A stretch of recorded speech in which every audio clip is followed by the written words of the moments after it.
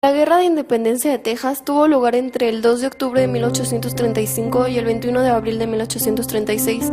Las partes en conflicto fueron México y la provincia de Texas, perteneciente al estado de Coahuila y Texas. Los problemas entre el gobierno mexicano y los colonos anglosajones en Texas comenzaron con la promulgación. La guerra comenzó en Texas el 1 de octubre de 1835 con la batalla de González. Rápidamente las fuerzas texanas tomaron la bahía y San Antonio Béjar, la actual ciudad de San Antonio, aunque pocos meses después serían derrotados.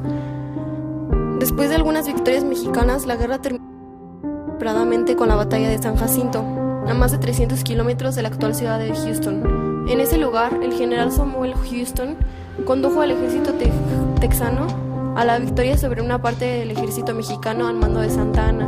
El general y el presidente fue capturado tras la batalla, y Santa Anna le ofreció al estado de Texas la guerra de los pasteles. De 16 de abril de 1838 al 9 de marzo de 1839 ocurrió la llamada Guerra de los Pasteles o primera intervención francesa en México. Este conflicto se debió a daños causados durante la revolución a comerciantes franceses, principalmente a un pastelero francés que exigía el pago de mercancía con un valor de 60,000 pesos, reclamos enviados a París a través del embajador francés Barón de Faudis. De Faudis abandona México al no llegar a un acuerdo en las gestiones de este convenio y vuelve el 21 de marzo de 1838, respaldado por barcos de guerra franceses para exigir los pagos que los comerciantes franceses solicitaban al gobierno. El gobierno de Anastasio Bustamante negó toda negociación mientras la soberanía nacional se encontraba amenazada por los cañones franceses, además de que el gobierno tenía la posición de no tener la obligación de indemnizar por reclamos hechos por daños a propiedades durante conflictos armados.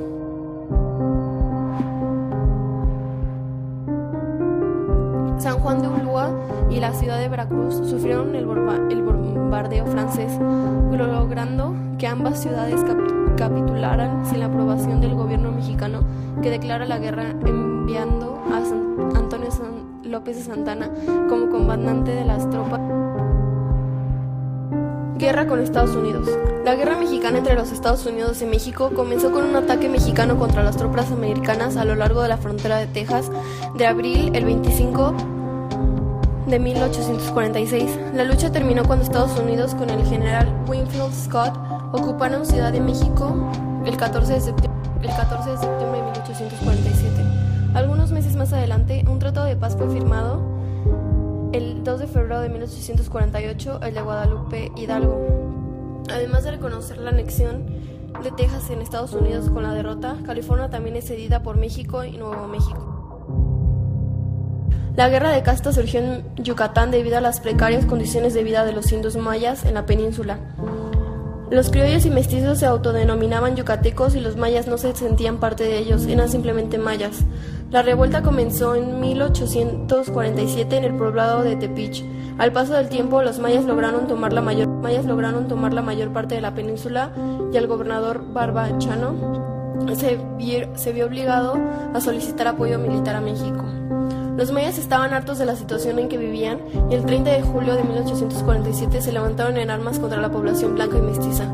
Fue en Tepic donde estalló la rebelión de los mayas, de durar más de 55 años, aun cuando los problemas de fondo que lo originaron continuaron siendo motivo de inquietud hasta 1937.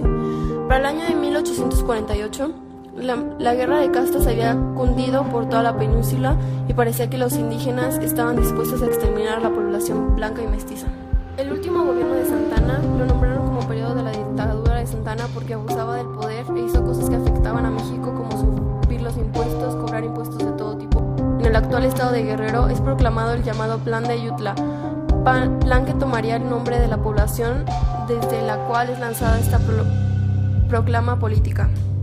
El plan, respaldado por Florencio Villarreal, Juan Álvarez e Ignacio Comonfort, tenía como objetivo quitar de la presidencia de la República a Antonio López de Santana. También en el plan de Ayutla se convocaba a instaurar un congreso que creara una nueva constitución. Si bien el plan de Ayutla fue lanzado el 1 de marzo de 1854, el mismo fue retomado a petición de Ignacio Comonfort en el puerto de Acapulco el 11 de marzo de 1854.